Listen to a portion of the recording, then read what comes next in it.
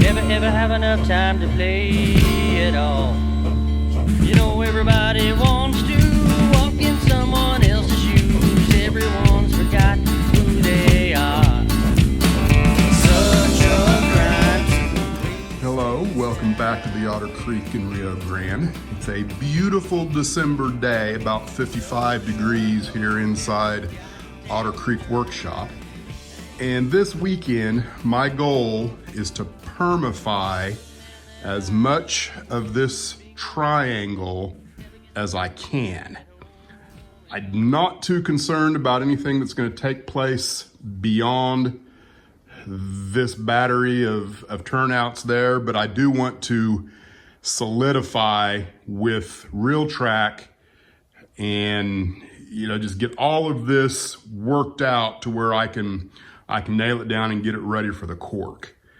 Now, before I can do that, there is kind of one thing I'm a little concerned about, and that is this radius here, because I'm not 100% sure how this is coming off of the spline. I made a mark there, but I'm not sure how this radius is going to interface with the spline that's already there.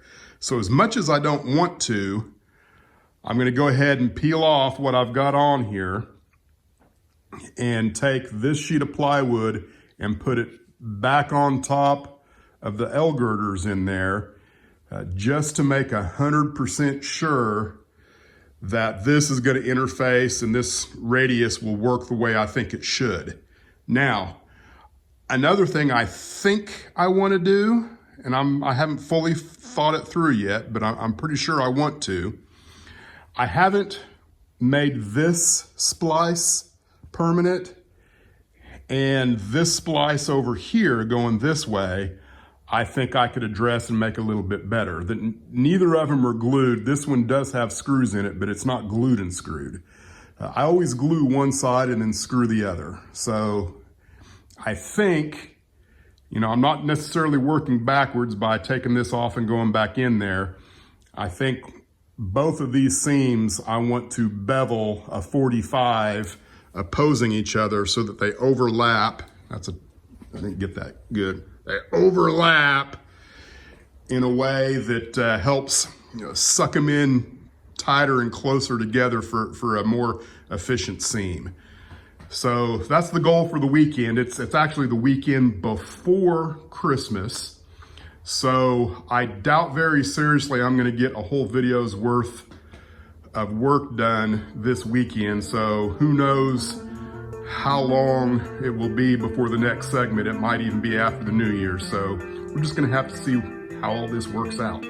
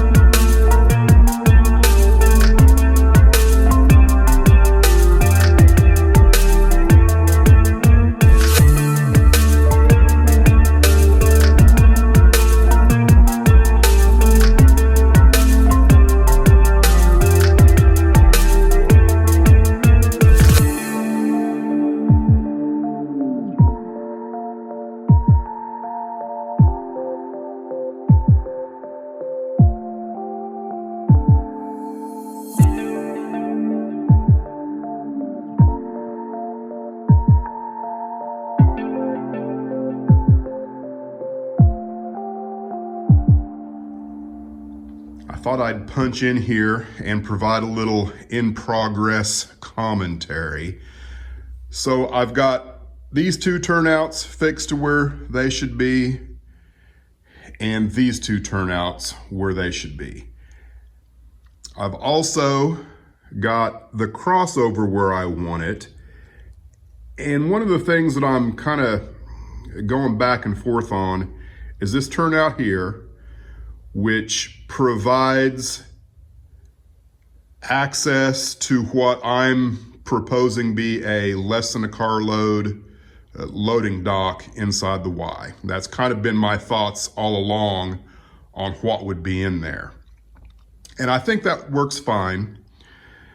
Where I'm at now, because I did consider just completely omitting that, so I would have a little more length on this track, but I think having a spur in here is better for operating value. So I went ahead and decided to keep that where it's at.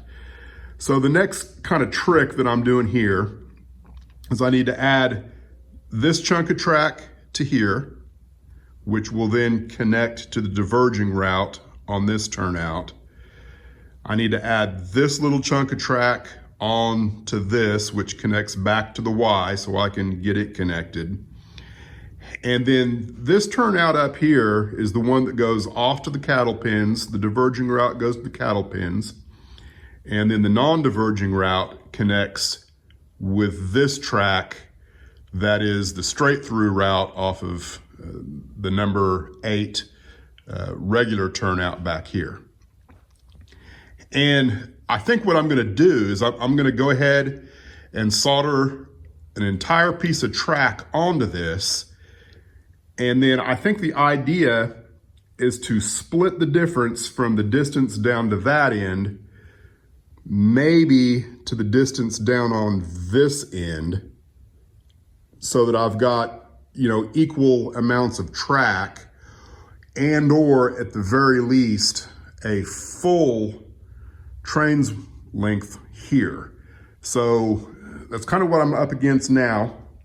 And one of the things that I need to do is I need to measure what a full train is, 10 cars, a caboose, and the locomotive, my longest locomotive, and then also measure just 10 cars. I've done it a multiple of times, but if I ever wrote it down, I lost it. And so I've got a couple, 3 different numbers floating around in my head that I'm not sure of. So that's the goal, is to make sure that this track is at least as long as the locomotive, the caboose, and 10 cars, which is projected to be my longest train.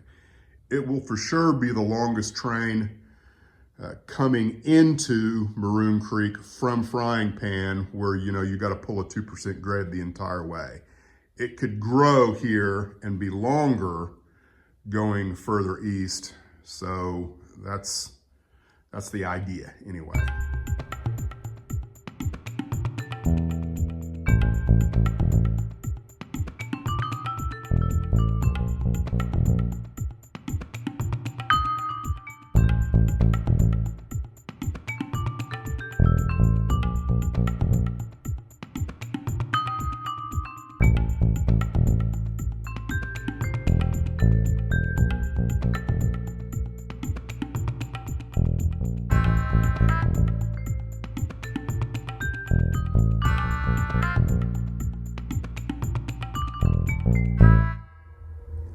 Pretty much, I've worked myself out of anything to do.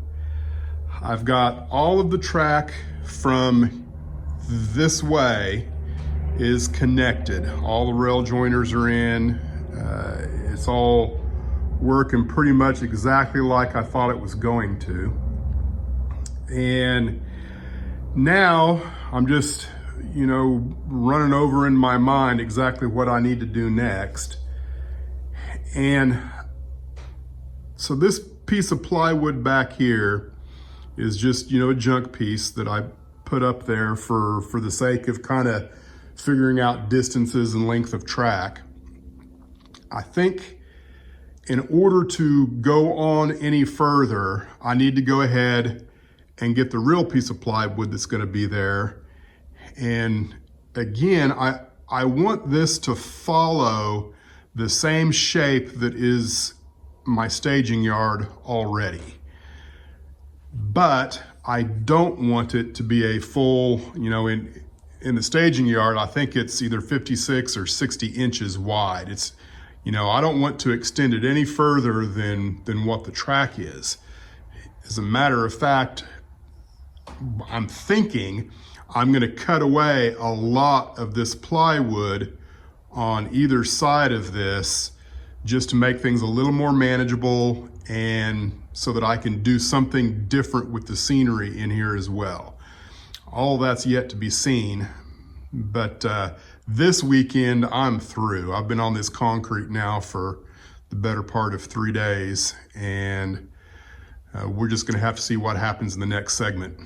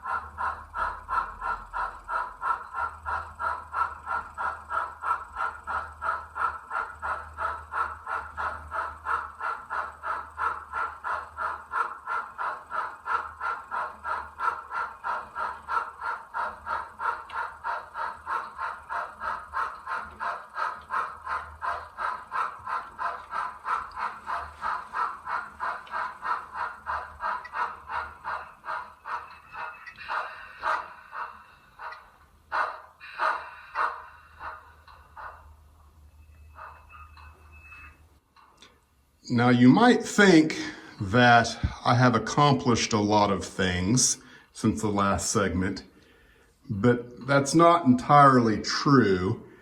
It's now the last week of February, and I've done virtually nothing on Maroon Creek for the entire month.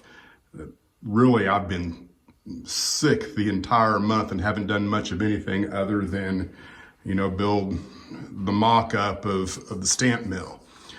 So one of the things that I absolutely wanted to be sure of before I went much further with what I'm doing here is to be 100% sure that this radius coming off of the spline over here on top of the workbench was going to work. And so I put these two turnouts where they're going to be and tested it with the 482, and so far I haven't found anything that if the 482 works on it, everything else should work fine. So I'm confident that I can move forward. Let's talk a little bit about where I'm at right now. There are a few things that are going to make Maroon Creek a little on the complicated side. And the first one, of course, is the creek. And, what kind of makes this even more spicy, so to speak, is the fact that I've got this splice and I've got that splice. And so I got a little bit of a river that's going to need to come through here to where the fascia will end up being. And then I've also got eventually some fascia on the other side. So my river is going to actually split right there and right here. And all of that wood's going to need to drop below the surface of the plywood. So, kind of figuring out how all that's going to work with the benchwork is a little, it has required a lot of thought on my part.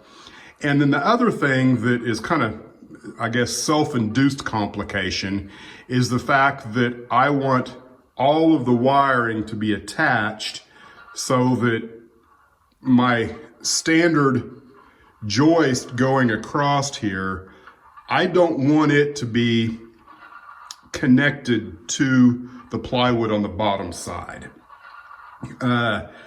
So I'm going to try and explain what I'm doing here so you can kind of see what my process is and how I'm going to get from where I'm at now to where hopefully I'll be, in another couple of weeks. Eventually, when I cut the river out, I'm going to end up with essentially two different sides of plywood that still have to be connected to something.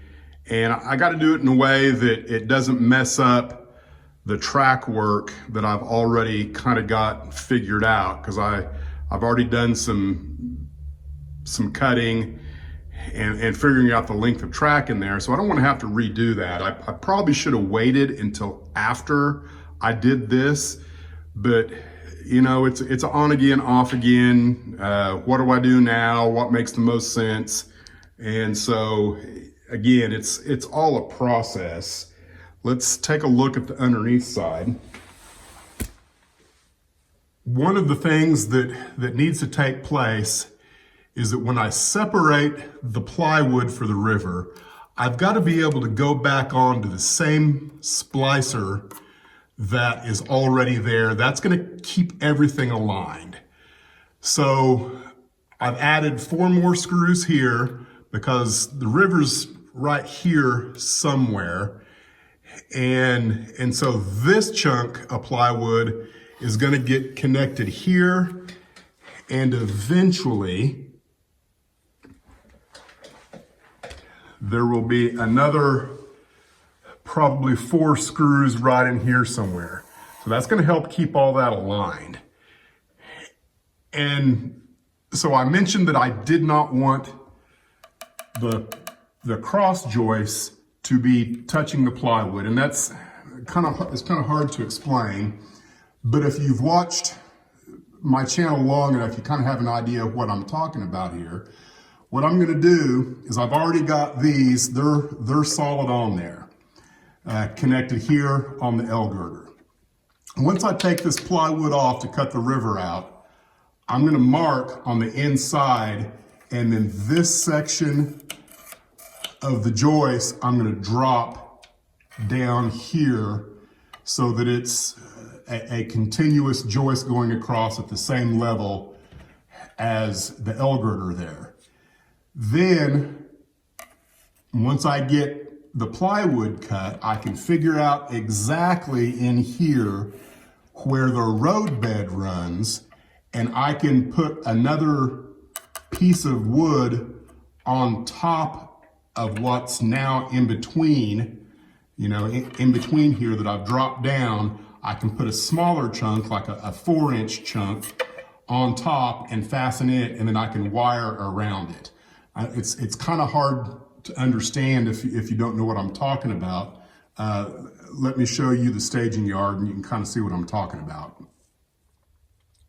So here's the underneath side of the staging yard. And you can see I've got cross joists there. And then I've got these risers that go from the top of the joist to the plywood. And then all of my electronics and wiring are connected to the plywood. That allows me to do all of my wiring with the layout upside down on a workbench in the shop, rather than laying underneath the layout like I am right now with my hands in the air. I just despise doing that. So that's the concept, and I believe that I'm ready to pull this back up off of the joists, and then cut the river out, and then drop these down in between the L girders. Now, to try and do this as efficiently as possible, I've marked everywhere along the L girder on both sides where the joists go. And then I've also marked on the underneath side of the plywood where they run. So hopefully little, if anything, will change as I do this, and it's just going to be a matter of adding risers, on top of these once they're flush with that. If it doesn't make sense now, it will eventually. So I'm going to get started doing that, and hopefully the next time you see this area, maybe it'll have something a little more permanent than before.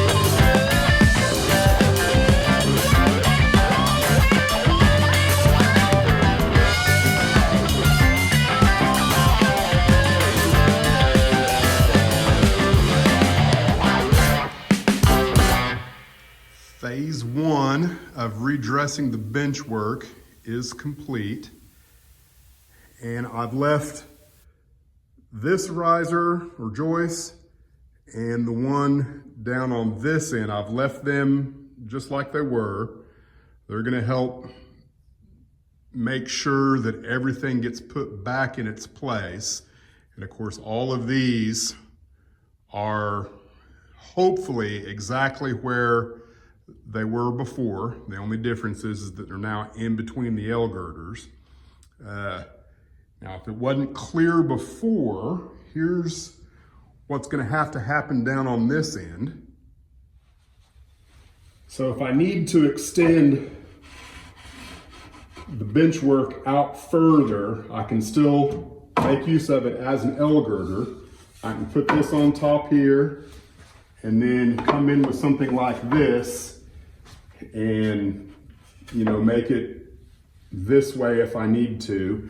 And of course, if I find some other place where I need to go across, because at some point the wiring is gonna kind of terminate in this area. So this joist right here, I probably could have left it long. I'm just not 100% sure yet. But I know it wasn't wrong to do that. This area here, before I started, was a little squishy, which is a technical model railroad term for not solid. So now it's pretty solid everywhere. Nice and sturdy, I could stand on it if I needed to. Let's go into the shop and kind of finish with some final thoughts on what's going on in there. The river's completely cut out. And so what I ended up with is I've really got 4 different pieces of plywood. I've got a big one here, then there's a little bitty piece right there that actually completes part of the river. And we've got this piece and then this piece right here. And that piece and that piece help shape the river, so they really need to be in there.